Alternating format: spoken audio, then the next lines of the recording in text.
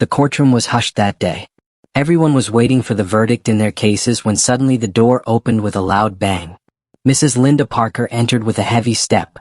Her eyes were burning with anger, and her face was so red that it looked like it was about to explode in a few moments.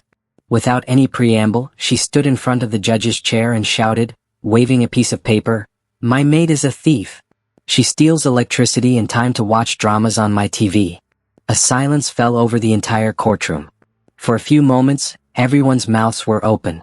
The accusation was so unexpected and strange that everyone looked at each other. Then a low laugh echoed in the back rows. Some people covered their mouths with their hands to hide their smiles, and some started biting their fingers in surprise as to whether this case was real or a joke. Judge Harold Benson stared at Mrs. Parker with sharp eyes from behind his glasses. A smile played on his lips for a moment, but he quickly suppressed it. But the question in the eyes of the audience was, has the court really been called on charges such as watching a play? Or is there a bigger secret behind this theft?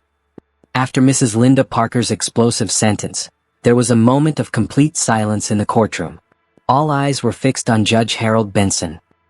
He sat straight in his chair, his lips pursed, but a strange gleam appeared in the corners of his eyes, as if someone had suddenly caught the secret of his heart. A faint smile appeared on his face, which he could not hide despite his best efforts. This smile was not simply due to the strangeness of the accusation, but because the judge remembered well, the same drama that Mrs. Parker's maid was watching. He himself had been watching for many nights.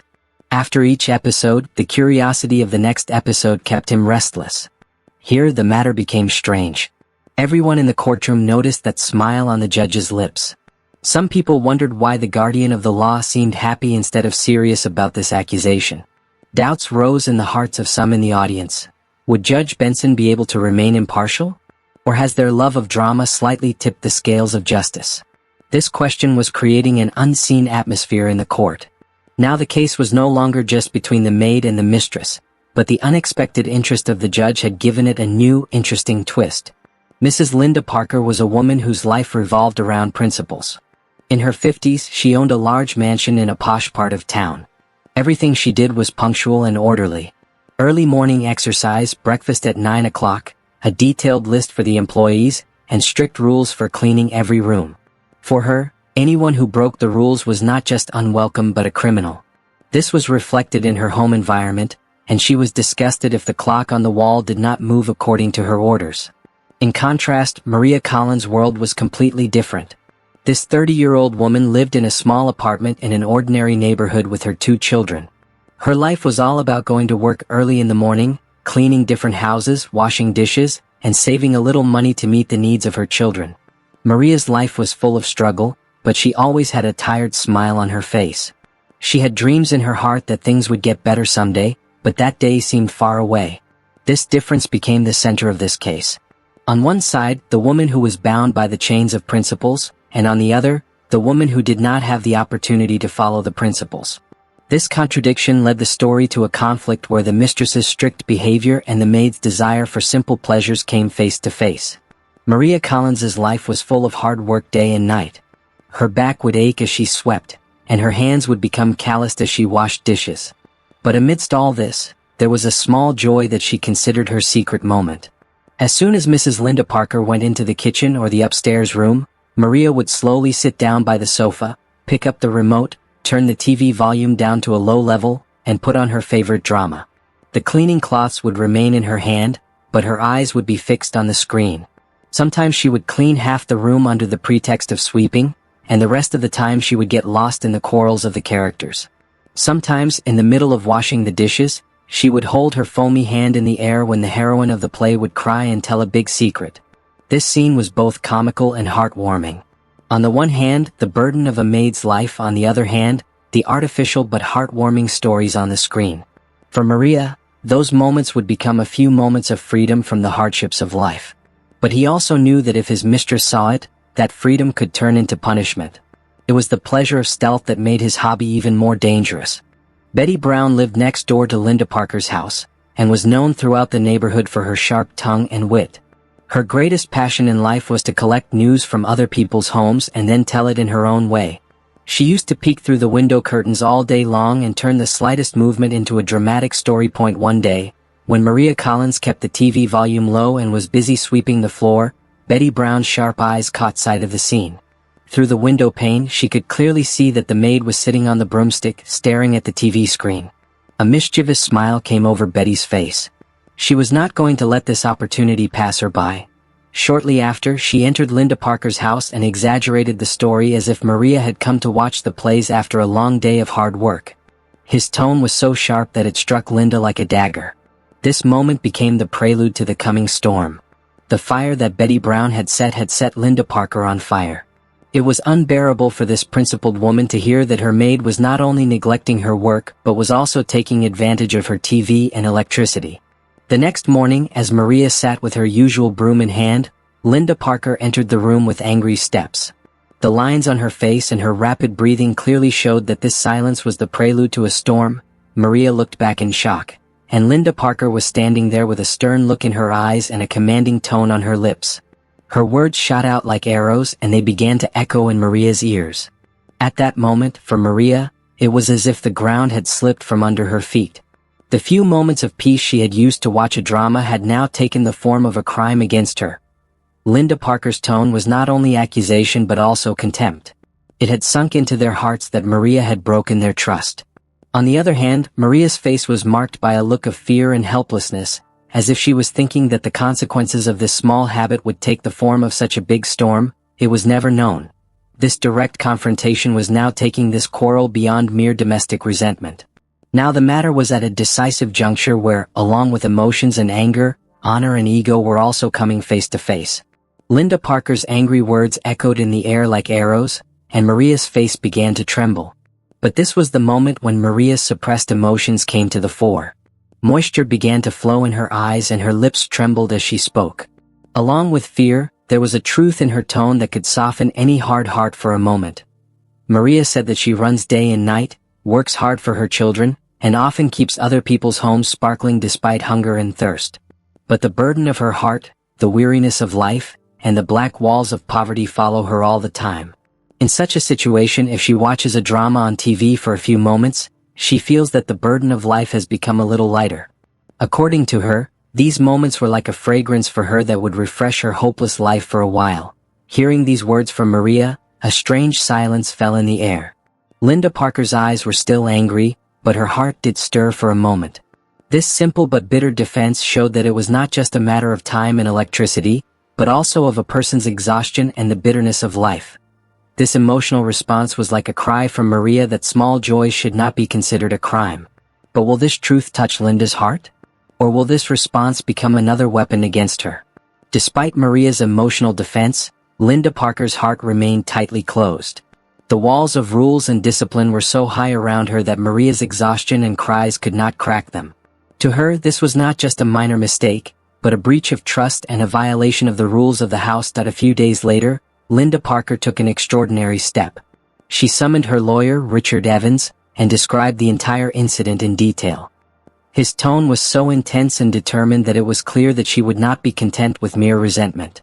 Richard Evans formalized her complaint and framed the case under two serious terms: theft of time and theft of electricity. As harsh as these words were to hear, they seemed as strange in reality. But for Linda Parker, this was a matter of protecting her principles. She signed the papers, and the dispute now reached the courthouse. It was a shock to Maria. She could not have imagined that a few moments of peace would bring her to justice. Now the matter had moved from neighborhood gossip to the bench of the law, where every word and every moment would prove decisive. The uniqueness of this case was its greatest intensity, which was going to surprise everyone in the coming days. When Linda Parker officially filed a case, the local police had to be involved. The police station was as dull as usual, but as soon as this strange case came to light, lines of surprise crossed the face of the officer sitting there. He began to write a note seriously on his register. Employee stole electricity and time from the mistress's house, watched TV dramas during work. The pen was moving on the paper, but a suppressed smile appeared on the officer's face. He paused for a moment, raised his head and asked quite spontaneously, as if this were the real truth, "By the way, what drama was on?" The question was informal, but a slight laugh played on the lips of everyone in the room. Linda Parker frowned in anger while Maria's eyes dropped. The comical tone of the moment gave this serious action a strange impression. The officer immediately straightened his face and completed the report, but there was still a faint smile on his lips. Thus, an ordinary piece of paper on which a crime was recorded had now become the first official document of a unique and interesting case, which was also going to give an unusual color to the court files in the coming days. As soon as Linda Parker's case was registered and the police report mentioned watching the drama, the news spread like wildfire in the neighborhood. The talk behind every street and door was that a mistress had sued her maid for theft of time and electricity. Some people wondered if it was really necessary to go to court for such a trivial matter. So some people laughed with amusement, saying that perhaps this was the first case in which the accusation was made about watching a drama. Men sitting in shops, women standing on balconies, and children playing in the street all started giving their opinions. Some said that this was a fight for justice, while others said that it was against principles. The most interesting aspect was that people would also ask, along with the discussion, what was the drama that compelled the maid so much?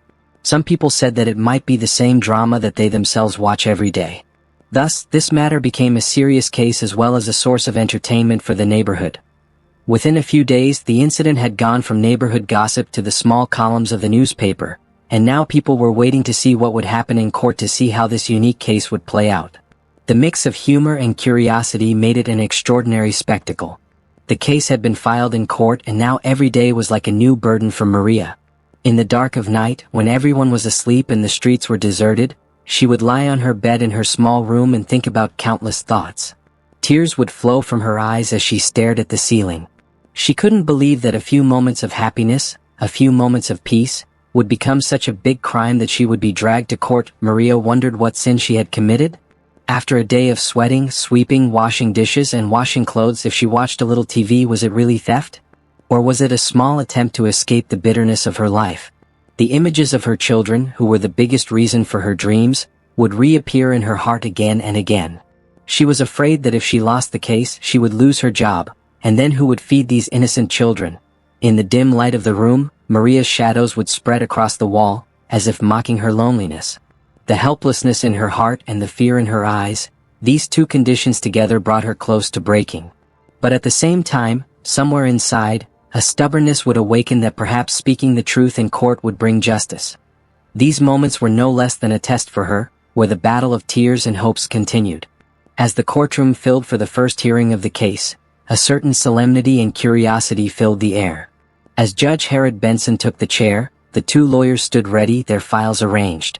This moment was decisive because the opening arguments were to determine the course of the entire case. First to stand was Linda Parker's lawyer, Richard Evans. His tone was confident and his words were sharp. He presented the court with a position that this was not a case of trivialities but of principles and trustworthiness. According to him, when an employee is paid, every moment of her time should be devoted to the work of her employer. If she wastes time during her duty or uses the employer's resources for personal gratification, it falls under the category of theft. Richard Evans emphasized that this case is not about watching a play, but about breach of duty. Silence fell in the courtroom. Now it was the turn of Maria's lawyer, Susan Clark. She stood up with a gentle but firm tone. Their manner was marked by emotion. They argued that Maria was a hard-working woman who worked day and night to support her children. Her few moments of watching TV could not be considered a criminal act. Susan Clark argued that this case was against the spirit of justice, because it was not a crime but the weariness of life and the small joys of life that were being put on trial. There was a touch of compassion and truth in their words. They forced the court to think whether a few moments of rest could really be called a crime. Both arguments were strong in their own right. On one side was the sword of principles, on the other the shield of human constraints. Judge Herod Benson listened silently, but a slight smile and lines of curiosity on his face showed that this was not going to be a typical trial.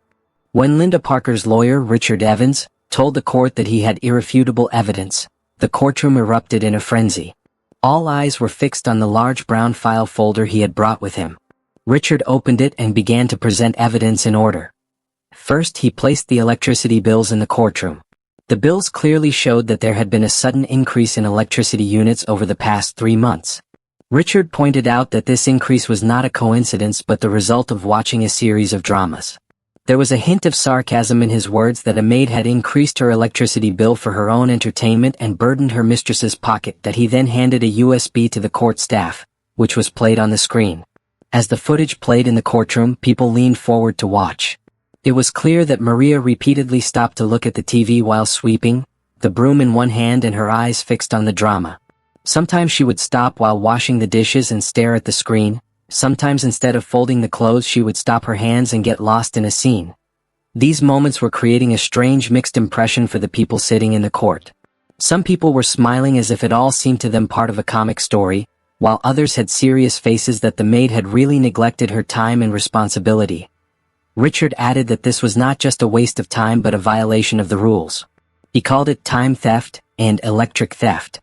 According to him, this is a dangerous example because if it is ignored, tomorrow every employee will start spending his moments of rest at the expense of the owner. Maria's eyes were downcast. Her repeated hunching over the screen made her even more alone in the dock. The look of fear and helplessness in her eyes was palpable, as if these moments had become a wall against her. The courtroom was silent for a moment. People wondered if this evidence was really enough to bring justice, or was it all being presented as a huge crime over a small weakness? The evidence seemed strong, but the question was, would it really be enough to convict, or was there a new twist in Maria's defense? As Linda Parker's lawyer turned the atmosphere serious with her solid evidence, the eyes of the courtroom were now fixed on Sarah Mitchell, Maria's lawyer. She stood confidently and began to speak in a slow but powerful tone. Her very first sentence changed the atmosphere. She said that to limit this case to a few units of electricity or a few moments of wasted time is tantamount to ignoring the real pain and burden of a human life. Sarah told the court that Maria is not an ordinary employee but a mother. She has the responsibility of 2 young children on her shoulders, whose father died in an accident many years ago. She works hard day and night to not only feed them but also dreams of educating them. Her life is a series of hardships and deprivations, where moments of happiness can be counted on the fingers. That he added that if she ever fixes her eyes on the TV screen for a moment during her work, it is a means of reducing her fatigue and anguish. Can a few moments of peace be called a crime? Is it the true spirit of humanity that we should consider the small weakness of a working woman as theft? Sarah reminded the court that Maria has never shied away from her responsibilities. She comes on time every day, works hard all day and completes every household task. If she gets lost in the drama for a moment, it is a reflection of her inner pain and mental stress, not any malice or deceit. Many people in the courtroom fell silent after listening to Sarah's words. A slight moisture began to appear in the eyes of some. These arguments were like a soft but powerful light against the harshness of the evidence, which even began to shake the heart and mind of Judge Herod Benson. When the testimony began in the courtroom, everyone's eyes turned to the door. Betty Brown, the neighborhood's famous gossip, was entering. Her manner was such that people sat up in surprise. Her headscarf was loose, her hands were quick, and her eyes were filled with the same old mischief. As soon as she entered the witness stand, Judge Herod Benson asked formal questions, but Betty's tone was such that the atmosphere became lighthearted rather than serious. She told me with great enthusiasm that she used to watch Maria from her window every day. Then she said with a laugh that Maria also had her own way of sweeping. The broom would be moving here and there, but her eyes would be fixed on the TV screen. A small wave of laughter went through the courtroom.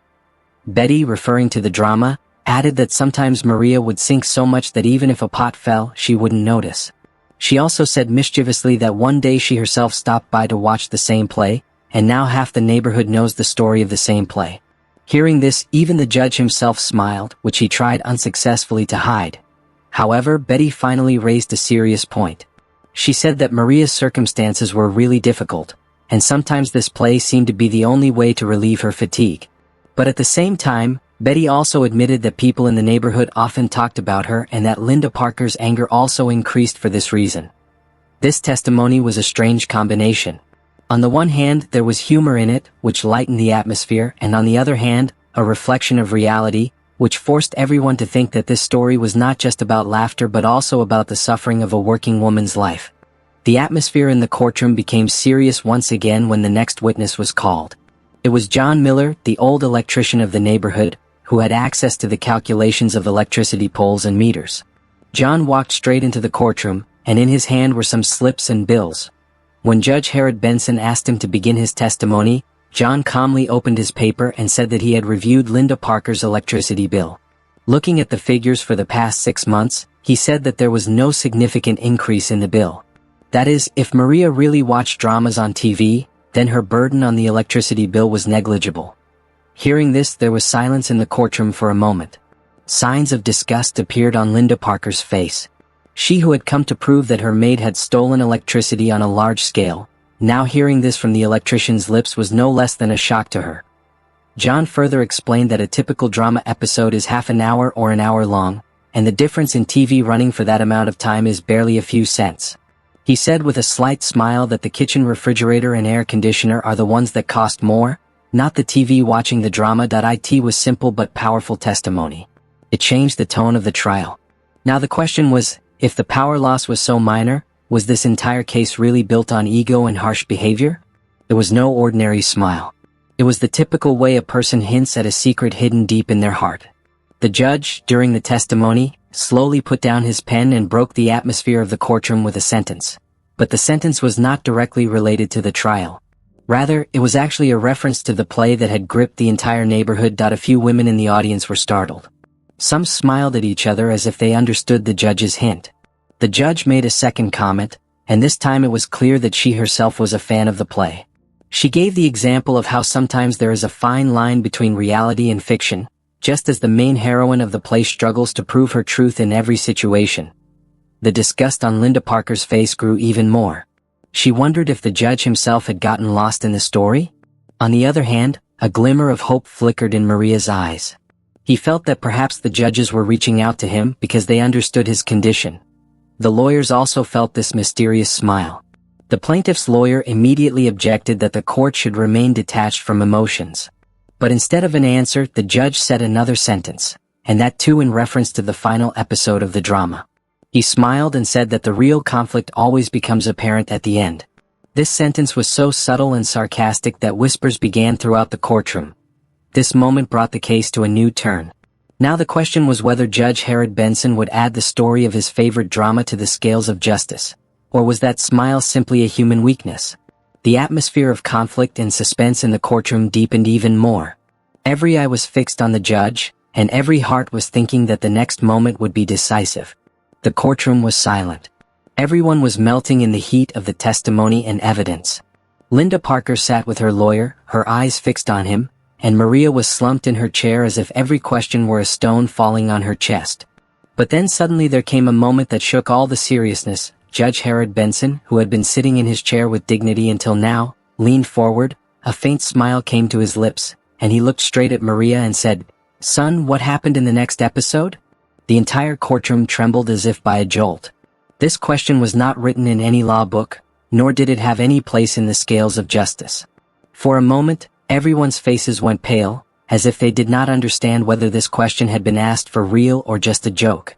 But the judge's tone was completely serious, as if he were more interested in knowing the story of the play than in actually making a decision. The women in the audience began to whisper. Some laughed, but they were trying to suppress their laughter. Linda Parker's face turned red with anger, as if she felt that her case had become a joke. Maria, on the other hand, felt a moment of peace between surprise and fear. It was the same question that the women of the neighborhood used to ask each other, and today the judge himself showed the same interest. The plaintiff's lawyer stood up nervously and said that the court was not for such unnecessary matters. But the judge answered this too, wrapping it in a dramatic phrase. There was humor in his tone, and at the same time a hidden sarcasm that some life cases are understood not by papers but by stories. This moment may never be written in the court records, but it was forever etched in the memories of everyone present. There was now only one question on everyone's minds. Will the person administering justice actually take this case seriously, or has he himself become part of this drama? As soon as Judge Herod Benson's question echoed in the air, silence fell in the courtroom for a moment. All eyes were fixed on the judge in surprise. But then, suddenly, this serious atmosphere began to slowly break. First, some young people sitting in the back seats laughed softly, then the whispers turned into laughter. Soon, the entire courtroom echoed with laughter. The place, where every word was weighed in a scale, had now turned into a theater hall. That there were smiles on people's faces. Women were elbowing each other and saying that this is the drama that everyone is sacrificing for. The witnesses also forgot their seriousness and started laughing. Even the police officer, who was just writing the report yesterday, tried unsuccessfully to hold back his laughter while sitting in his chair. But amidst this laughter, the most affected face was Linda Parker's. Her eyes were red with anger.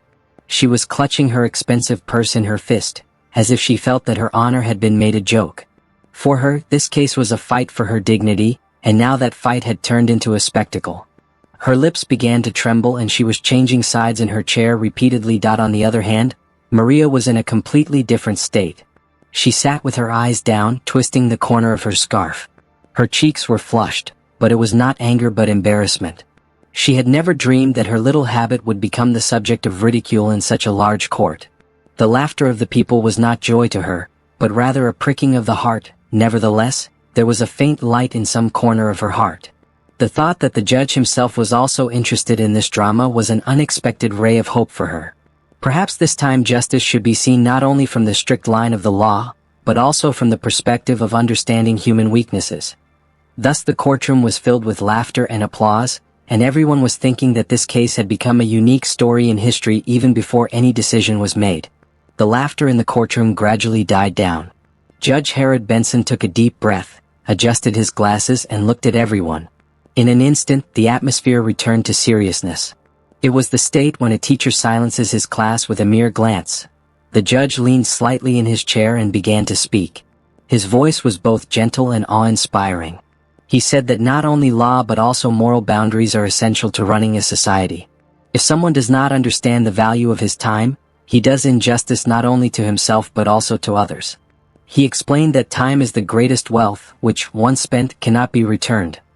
Then, touching on the issue of electricity, he said that the misuse of resources may seem like a small mistake, but if every individual adopts the same approach, the entire society will be crushed under the burden. Be it electricity or water, all these are blessings, and the loss of a blessing is actually tantamount to ingratitude. A special point in his speech was that limits and responsibilities are not only for servants or subordinates, but also for bosses and elders. He said that if an employee wants to watch a drama in his spare time, then it is the boss's duty to decide with justice, not on the strength of ego.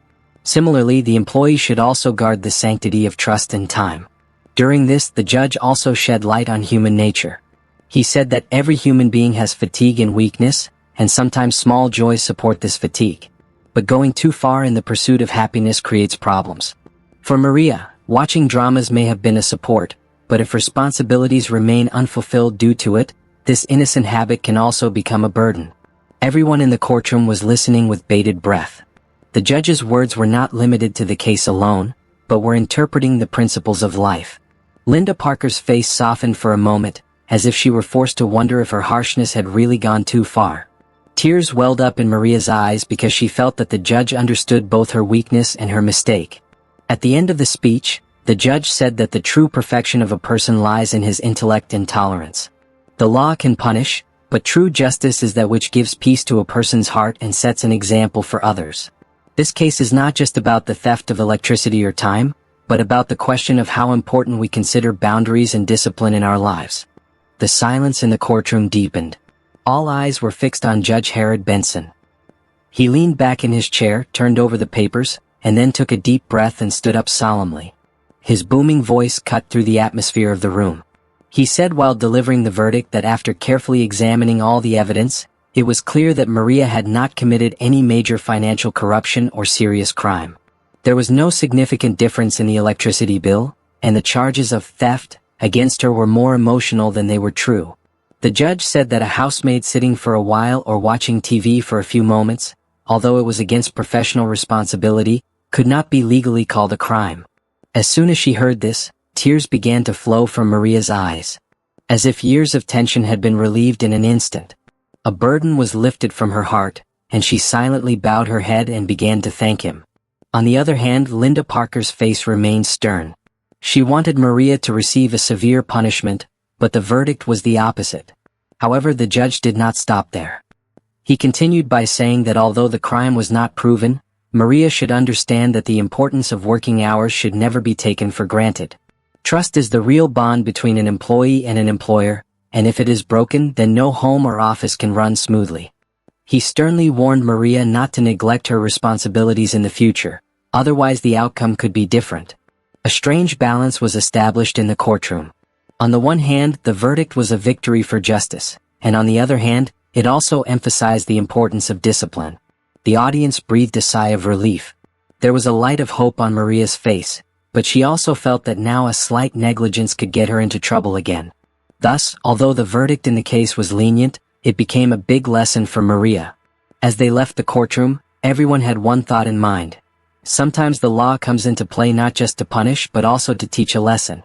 As she left the courtroom, Linda Parker's steps felt heavy. The only question echoing in her mind was whether she was truly seeking justice or had she succumbed to her own anger and stubbornness. The judge's words rang in her ears over and over again that trust is the real bond. A war broke out inside Linda as she returned home. On the one hand, her pride was telling her that she had done the right thing, because no servant could break the boundaries of the house. But on the other hand, her conscience was slowly convincing her that perhaps she had been too harsh on the matter. The electricity bill was only a small one, and Maria's mistake was not one for which she would be brought to court. In the evening, Linda was sitting in her drawing room. The same TV was playing in front of her, but today, looking at it, she realized something different. Maria's words came to mind, "Watching a little drama makes life seem easier." This sentence tore Linda's heart. She began to think that perhaps Maria's life was really so hard that even a moment of fun became a precious blessing for her. At that moment, a softness was born within her. She felt that as an employer, her responsibility was not only to get the job done, but also to understand the pain and suffering of a human being. Every employee is not just a salaryman, but also comes with their own constraints, dreams, and fatigue. If the employer shows a little flexibility, this relationship is not only strengthened, but the atmosphere at home also becomes calm. Linda decided that now she would change her attitude towards Maria. Discipline would remain in its place, but at the same time humanity and tolerance would also find a place. Her heart lightened, and for the first time, a soft smile appeared on her face. Thus, this case was not only a lesson for Maria, but also became a mirror for Linda Parker, who showed her that humanity is more important than severity. After the court's decision, there was a silent distance between Mrs. Parker and Maria.